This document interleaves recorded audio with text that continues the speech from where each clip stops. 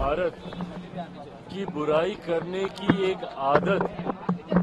राहुल जी की बन गई है। आप भारत में रहिए, आप तो एलओपी भी हैं, आप सरकार के समक्ष अपने सुझाव भी रख सकते हैं,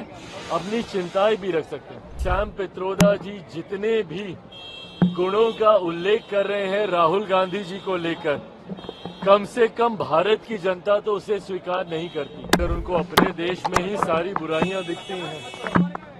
और दूसरे देशों में उन्हें लगता है कि सब बहुत अच्छा चल रहा है, और विदेश में जाकर जिस तरीके से भारत की बुराई करने की एक आदत राहुल जी की बन गई है, ये कहीं ना कहीं गलत राजनीति की परंपरा की शुरुआत है। ये आपसी मतभेद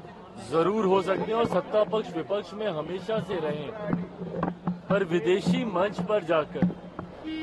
अपने राजनीतिक मतभेदों को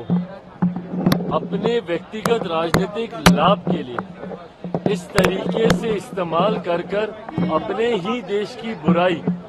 करना, ये कहीं से उचित नहीं है। इस तरीके से विदेश में जाकर आपको कोई भी एतराज है, आप भारत में रहिए, आप तो एलओपी भी हैं,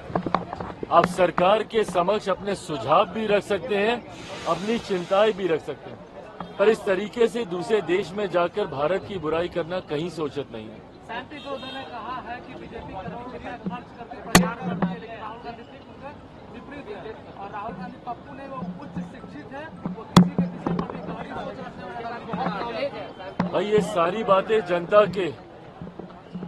जनता के डोमेन में है, पब्लिक प्लेटफॉर्म में है। उसके बाद भी अगर जनता ने तीसरी बार लगातार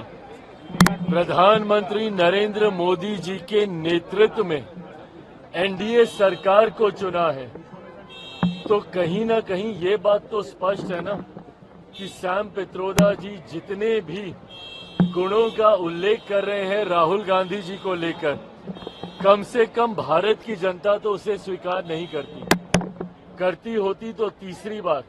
प्रधानमंत्री नरेंद्र मोदी जी को देश का प्रधानमंत्री नहीं बनाती। लगातार, जो कि भारत के इतिहास में एक बड़ी उपलब्धि है, लगातार मात्र दूसरी बार ऐसा हुआ है जब देश की जनता ने तीसरी बार एक ही प्रधानमंत्री को और एनडीए गठबंधन को चुनने का काम किया है। तो ऐसे में जो सैम पित्रोदा कह रहे हैं, कम से कम देश की जनता तो उसे नहीं मान रही। For exclusive and insightful videos, subscribe to our new channel ABP Live Premium.